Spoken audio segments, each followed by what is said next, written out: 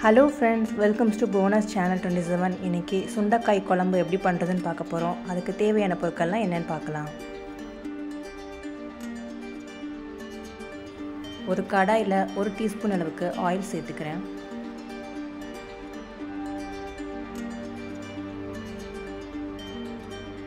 Oil சூடானதும் அதில் 1/2 teaspoon மல்லி, 1/2 டீஸ்பூன் கடலைப்பருப்பு, 1/2 டீஸ்பூன் உளுந்து சேர்த்துக்கிறேன்.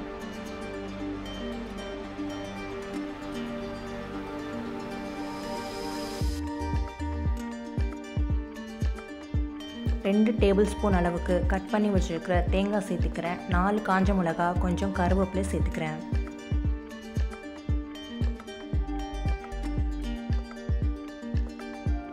இது எல்லாத்தையும் மீடியம் ஃப்ளேமில் ட்ரை ரோஸ்ட்டாக நம்ம ஒரு 5 நிமிஷம் வறுத்துக்கலாம். நம்ம உடம்புல உள்ள கிருமிகளை அழிப்பதற்கும் கொழுப்புகளை குறைப்பதற்கும் சுண்டைக்காய் ரொம்பவே உதவி செய்யுது.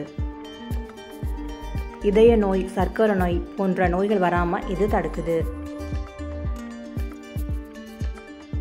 ஆரஞ்சு, பப்பாளி, கொய்யா போன்ற பழங்களில் இருக்கிற அளவுக்கு விட்டமின் சி சத்து இதுலேயும் அதிகமாக இருக்குது.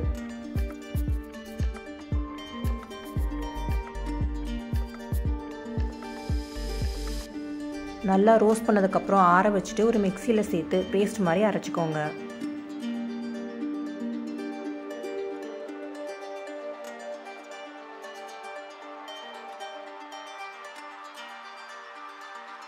ஒரு கடாயில் 2 டீஸ்பூன் அளவுக்கு நல்லெண்ணெய் சேர்த்துக்கிறேன். இந்த குழம்புக்கு நல்லெண்ணெய் சேர்த்தா இன்னும் கூட டேஸ்ட்டாக இருக்கும். எண்ணெய் சூடானதும் 1/2 டீஸ்பூன் அளவுக்கு கடுகு, 1/2 டீஸ்பூன் அளவுக்கு சீரகம் சேர்த்துக்கிறேன்.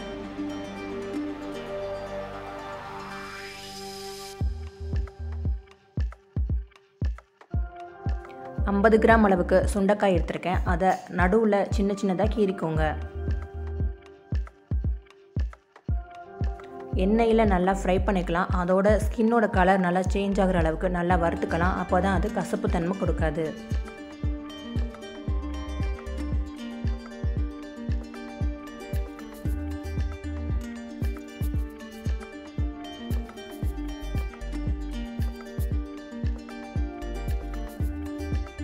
இப்போ சுண்டைக்காயை நம்ம நல்லா வறுத்துட்டோம். அதோட கலர் நல்லாவே சேஞ்ச் ஆகிருக்கு.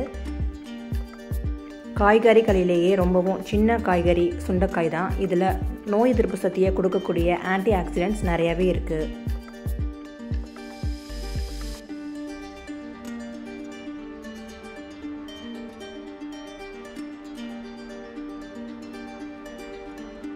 கூடவே கொஞ்சம் கருவேப்பிலை சேர்த்துக்கிறேன். ஒரு 2 வெங்காயத்தை கட் பண்ணி வச்சுருக்கேன். அதையும் இது கூட சேர்த்துக்கலாம்.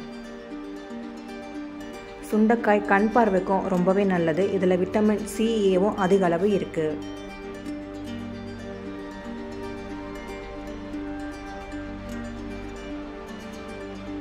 வெங்காயம் வதங்குறதுக்கு கொஞ்சமாக உப்பு சேர்த்துக்கிறேன்.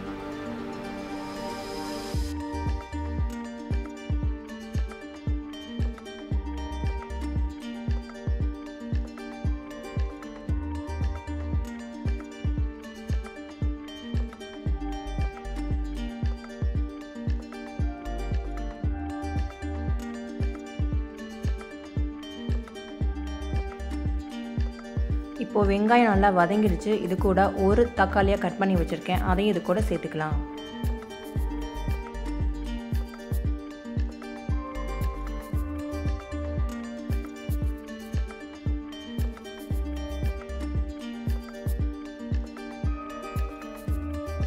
வெங்காயம், தக்காளி ரெண்டும் நல்லா வதங்கிடுச்சு. இப்போ இது கூட 1/2 டீஸ்பூன் அளவுக்கு மஞ்சள் பொடி சேர்த்துக்கிறேன்.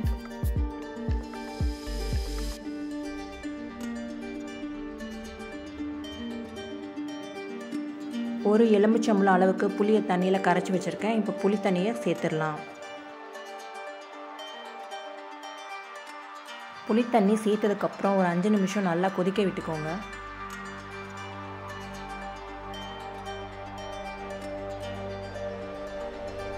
இப்போ நல்லா கொதிக்க ஆரம்பிச்சிச்சு. இப்போ நம்ம அரைச்சி வச்ச பேஸ்ட்டை இது கூட சேர்த்துடலாம்.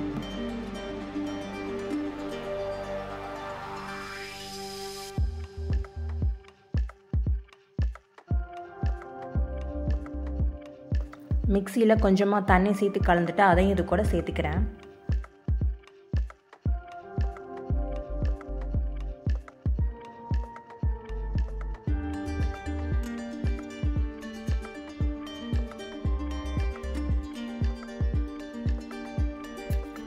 தேவையான அளவு உப்பு செக் பண்ணி சேர்த்துக்கோங்க.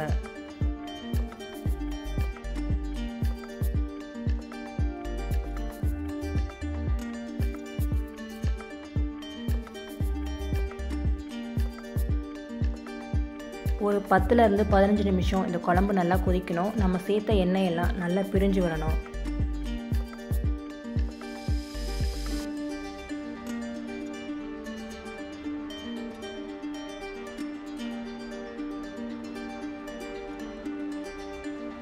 சுவையான சுண்டைக்காய் குழம்பு ரெடி ஆயிருச்சு. நீங்களும் இதை ட்ரை பண்ணி பாருங்கள்.